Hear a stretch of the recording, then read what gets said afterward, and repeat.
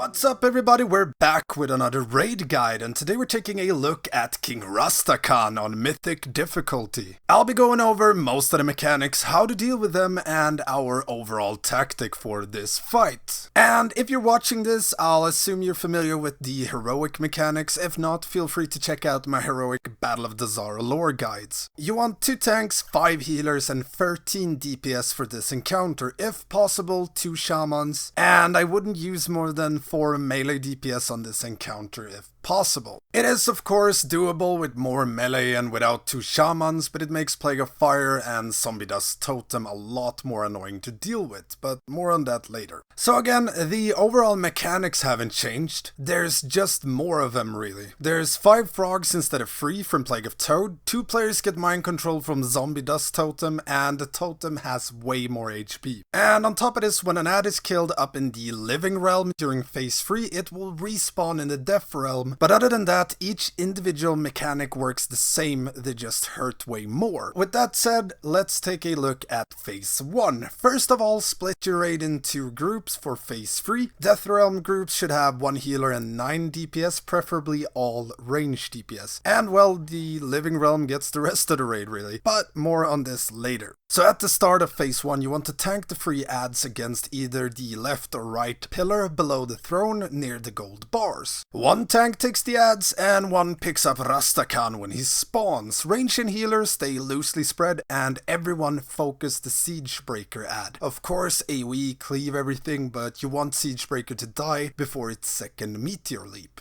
Depending on your setup, you can deal with the Meteor Leap in different ways. If you have a Protection Paladin, use Spell Warding on the Meteor Leap target, and that player just moves away from other players. If you don't have a Prot Paladin, just stack in melee with Meteor Leap and use Darkness and something like Spirit Link or Disc Barrier. You want at least 6 to 8 players to stack in it, so have a couple of ranged move-in to help soak it. And melee, keep a close eye on Plague of Toads. It really hurts this time around, and as I said, there's 5 of them now. You can purposely run over the frogs or toads and burst them with things like Cloak of Shadows, Anti-Magic Shell, etc. to minimize the amount of poison puddles that spawn from them. And as soon as Rastakhan spawns his snake totem, you move all the ads and Rastakhan over to the opposite pillar, and you just ignore the snake totem. This usually overlaps with the very first scorching detonation on the Rastakhan tank. So that tank can just run over to the new location, blow up their detonation, and the rest moves over after it's exploded.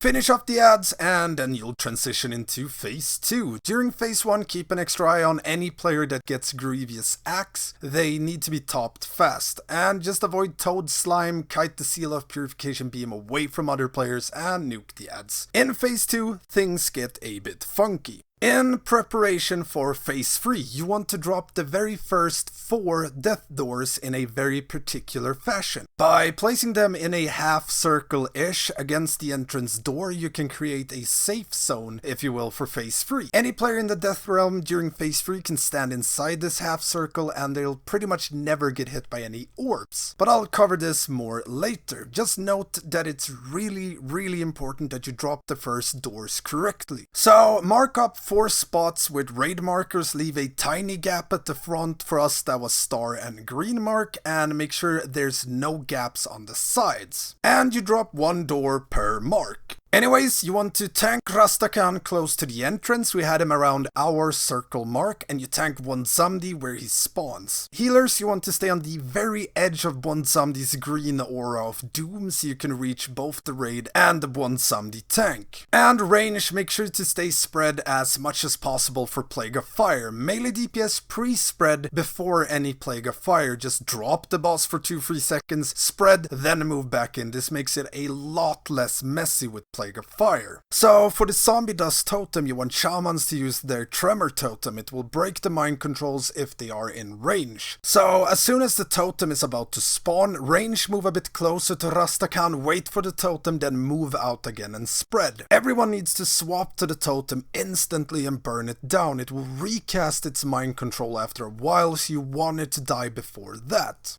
And for tanks here, again, depending on setup, there's two ways you can deal with it. You can either do the standard way of taunt swapping every time one tank gets Scorching Detonation. So one tank gets detonation, rushes into Bwonsamdi, and the other tank rushes to Rasta, and you swap that way. Gateways and mobility spells are great for this. Or if you have a protection paladin, you have that player's solo tank Bwonsamdi in phase 2. And for this you want the Final Stand talent and if possible a Resto Shaman with the Rest Totem. You can reset your stacks with Bubble and by dying and using the Ankh Totem. I won't go into too much detail about the Protection Paladin part of it, but if you want to know more, just hit me up in the comments or on Facebook or become a Patreon and I'll have everything on my Discord.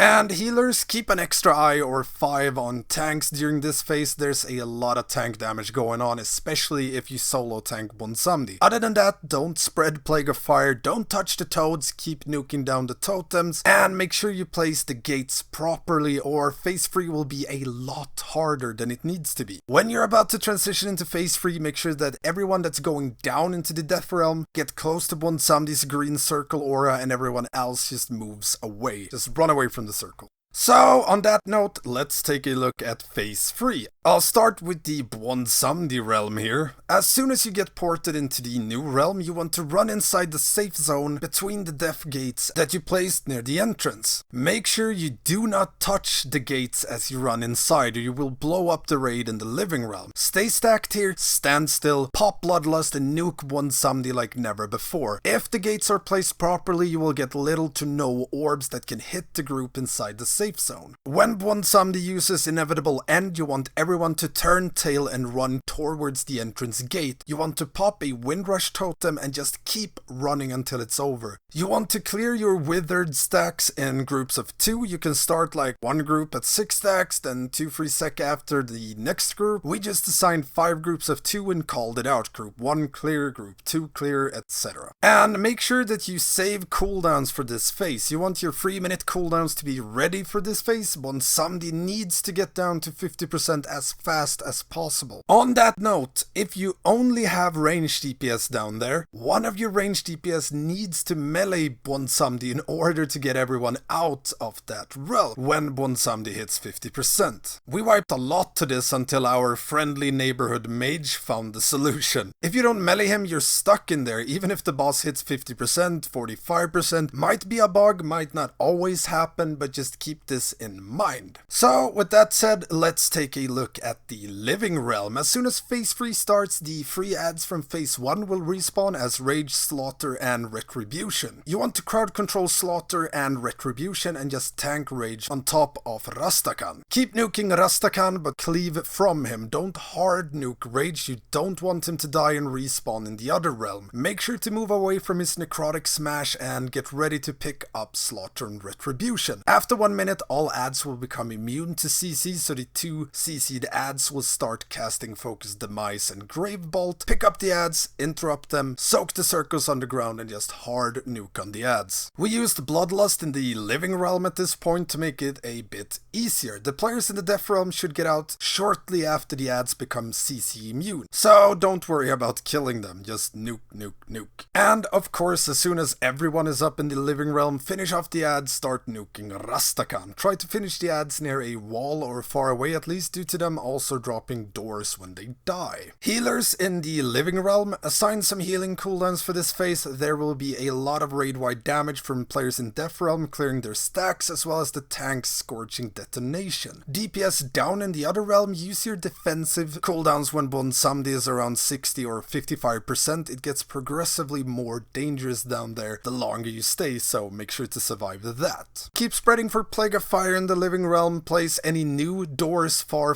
away from everyone. We dropped most of our doors in phase 3 at the throne. As far as phase 4 goes, it's just a burn phase with a billion orbs up. Try and always place your doors away. Tank Rastakhan in the area with the least amount of doors in and move him if needed. Always try and move him to a location with fewer doors in it. Keep spreading with Plague of Fire, keep dodging toads and orbs, get away from Inevitable will end fast. It really draws you in fast on Mythic, so don't try and minimax, just run. Keep nuking Rastakhan and kill him before you get overrun by them orbs. Healers, again, use cooldowns for scorching detonation and to keep the raid topped as much as possible. Players will get hit by orbs and stand in stuff they shouldn't stand in. As far as tanking goes, taunt swap in this phase when needed. If needed, the tank with the highest mobility should preferably deal with all scorching detonations at this point, or really overall during this encounter. And I think that pretty much covers this fight. If you have any questions at all, make sure to hit me up in the comments below. Don't forget to check out my Patreon if you'd like to support me and my work. You'll get access to my Discord where I post all our notes, my weak auras, and all my tanking stuff. Of course, I will still share this with you guys if you ask me, but as a Patreon you get access to this faster and at all time. And as always, if you like these kind of videos, hit that subscribe button, leave me a like, and ring that notification bell. Thanks for watching, and I will see you next time.